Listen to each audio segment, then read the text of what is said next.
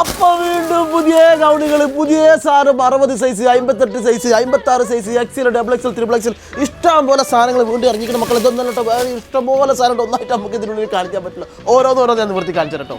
ഇതൊക്കെ എങ്ങനെ ഉണ്ടെന്ന് 60 സൈസാ, ഇത് 56 ഉണ്ട്. റേറ്റ് വരുന്നത് 56 സൈസ് ആണെങ്കിൽ 795, 60 സൈസ് ആണെന്നുണ്ടെങ്കിൽ റേറ്റ് വരുത്തി 895 സൈസ്. നല്ല നീളമായിരിക്കട്ടെ, നല്ല 35XL വരെ ഉണ്ട്. അത് പൊളി കളറുകളിൽ, കളറാണ് ഇതിന്റെ പവർ. ഒന്നിനൊന്ന് മെച്ചപ്പെട്ട കളറുകളിൽ എല്ലാ സൈസും.